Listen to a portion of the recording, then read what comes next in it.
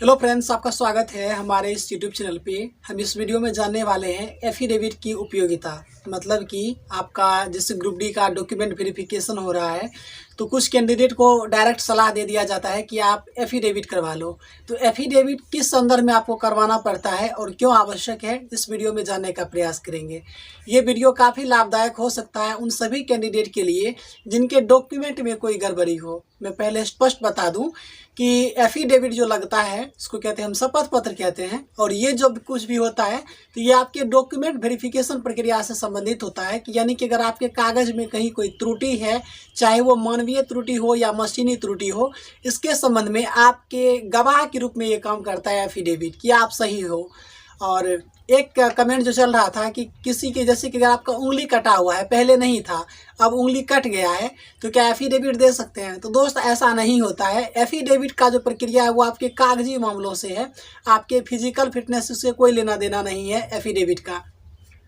अगर आपने कागजी प्रक्रिया में कहीं कुछ त्रुटि किया है तो उसके लिए आप एफिडेविट लगवा सकते हैं। तो चलिए बात करते हैं किस दशा में आप एफिडेविट लगवाएंगे। तो सबसे पहले मैं आधार कार्ड की बात करूंगा। आधार कार्ड इसलिए चूंकि बायोमेट्रिक होना है और वैसे भी सबसे मूल चीज़ जो भी माना जा रहा है किसी भी वेरिफिकेशन के लिए आधार कार्ड। आधार कार्ड में मान लीजिए कि किसी का एड्रेस अब चेंज हो गया है, पहले एड्रेस वही था लेकिन अब एड्रेस चेंज हो, मतलब कि पहले एड्रेस कुछ और था, अब एड्रेस जो है चेंज हो गया। कई बार ऐसा होता है कि क्षेत्र वही होता है, उस क्षेत्र का नाम परिवर्तन की वजह से भी आधार कार्ड में अलग दिखाई देगा। क्योंकि आपने जो एप्लीकेशन फॉर्म भरा है उनका all to all data RRC के पास है, और वहाँ पे जब जाएंगे आप तो आपका एप्लीकेशन फॉर्म निकाल करके फिर आपसे पूछा जा सकता है। तो वहाँ पे जो आप नया आधार कार्ड प्रस्तुत करेंगे, अगर इसमें कुछ देखा जाता है तो हो सकता है प्रॉब्लम हो, तो इस दशा में आपको एफिडेविट करवा लेना है कोर्ट से जा करके।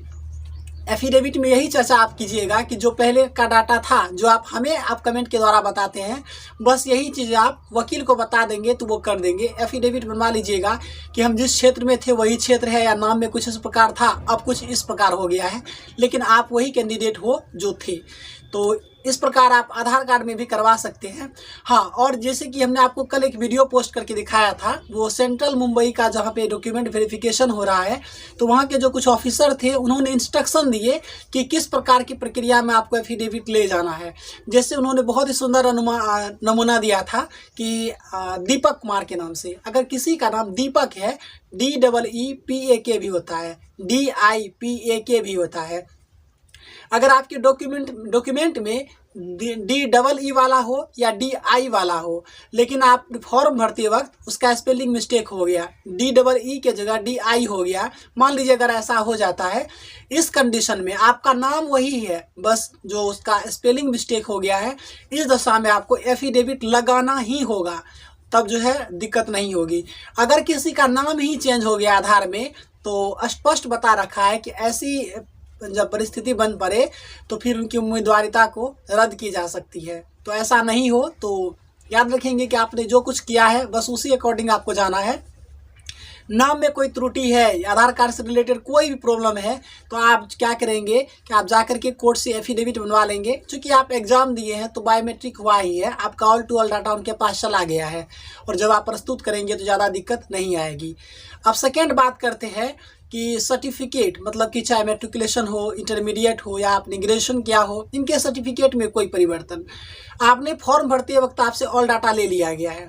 अगर इसके बीच क्या होता है कि कई बार नाम के स्पेस के बीच, सपोज कि मैं एक नाम ले रहा हूँ प्रेम रंजन, सपोज कि किसी का नाम है प्रेम रंजन कुमार, प्रेम और रंजन के बीच कई बार स्पेस होता है और कहीं नहीं होता है। किसी ने जिनका ऑफिशियली नाम मान लेते हैं प्रेम रंजन है, उसमें कोई स्पेस नहीं है, लेकिन उन्होंने फॉर्म भरते वक्त या किसी कारणवश कुछ इस प्रकार से नाम को खंडित कर दिया है, तो इस दशा में भी आपको एफिडेविट लगाना ही होगा।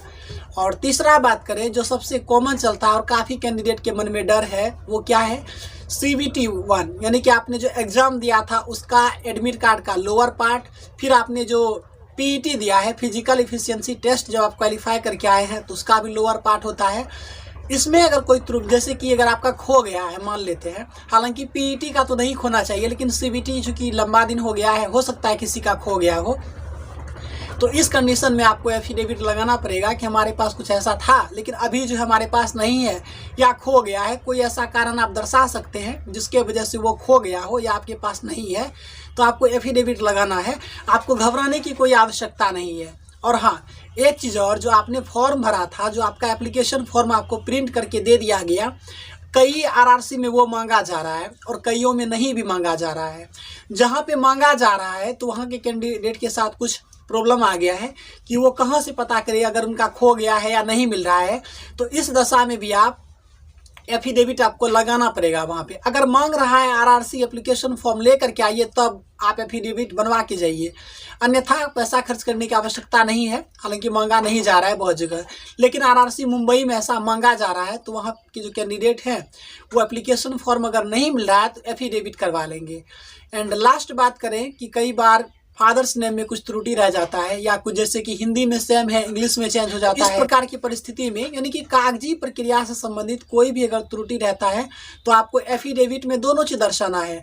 आपका सही क्या है वो भी बताना है कि मेरा सही ये है, और क्या गलती हुआ आप ये भी दर्शाएंगे कि ये गलती हो गया है। तो एफिडेविट का प्रक्रिया इस प्रकार आप पूरा कर लेंगे, कहीं कोई दिक्कत नहीं होना है कागजी प्रक्रिया में, बशर्ते कि आप जेन्युइन कैंडिडेट हैं। अब बात करते हैं क्वालिफिकेशन को लेकर के। कुछ कैंडिडेट, हालांकि ये तो 10th बेस का है, इसके बाद जैसे कि अदर में भी दे रखे होंगे, कोई इंटरमीडिएट किए हैं, ग्रेजुएशन किए हैं, तो अदर में आप इस प्रकार से दिए होंगे। तो अगर मैं, जहाँ तक मुझे पता है, बिहार के यूनिवर्सिटी में जहाँ तक हो रहा है कि मूल प्रमाण पत्र, चूँकि यहाँ पे सर्टिफिकेट मांग रहा है, मतलब मार्कशीट प्लस सर्टिफिकेट। सर्टिफिकेट क्या होता है बिहार में, तो मुझे जहाँ तक पता है सर्टिफिकेट यानी कि मूल प्रमाण पत्र समझ सकते हैं। ये अगर नहीं मिल रहा है, जैसे कोई कैंडिडेट रिसेंटली ग्रेजुएशन पास हुआ है, उनका अभी मूल प्रमाण पत्र नहीं आया होगा। मूल प्रमाण पत्र 2.5-3 साल लग जाते हैं आने और बनने की प्रक्रिया में। तो इस कंडीशन में आप क्या कर सकते हैं, जैसा कि ये मैं नहीं बता रहा हूँ, ये आरआरसी के जो ऑफिसर हैं, जो कल जहाँ पे डीवी हुआ, उन्होंने ही बताया है। उन्होंने कहा अगर सर्टिफिकेट नहीं है हायर क्वालिफिकेशन का, और अगर आपने मेंशन किया है कि मेरा हायर क्वालिफिकेशन ये है, तो उस दशा में, मैं ग्रेजुएशन को लेकर के चल रहा हूँ, ग्रेजुएशन बिहार में पार्ट वाइज होता है, जैसे पार्ट 1, पार्ट 2 और पार्ट 3, या जहाँ पे सेमेस्टर वाइज भी हो सकता है। तो आपको तीनों पार्ट या चारों सेमेस्टर सभी के सभी का आपको क्या करना है, सभी के अंक पत्र यानी मार्कशीट लेके जाना है। साथ ही प्रोविजनल आपको लेकर के जाना होगा। प्रोविजनल लेकर के जाएंगे तभी आपके संदर्भ में निष्कर्ष या जो कुछ डिसीजन होगा वो आ पाएगा। तो ये जो डाउट चल रहा था कि अगर मार्कशीट यानी कि अंक पत्र तो है ही, मूल प्रमाण पत्र नहीं है तो कोई दिक्कत होगा, तो दिक्कत तो होगा, लेकिन उसके लिए उपचार क्या है, तीनों पार्ट का आप ओरिजिनल मार्कशीट लेके चले जाइए, कोई दिक्कत नहीं होना है। आरआरसी ने अपने तरफ से जो है स्पष्ट बता रखा है, अगर आप कैंडिडेट सही हो, बशर्ते कि नाम आपका चेंज नहीं होना चाहिए। अगर कोई स्पेलिंग मिस्टेक है, आपको एफिडेविट लगाना पड़ेगा। अगर आप जेन्युइन कैंडिडेट हैं तो आपको कहीं घबराने की आवश्यकता नहीं है। थोड़ा बहुत अगर कुछ त्रुटि है तो एफिडेविट आप बनवा लीजिए, उनको स्वीकार कर लिया जाता है। तो फिलहाल इस वीडियो में इतना ही। किसी नेक्स्ट वीडियो में किसी और अच्छे मुद्दे की हम बात करेंगे। तब तक के लिए धन्यवाद।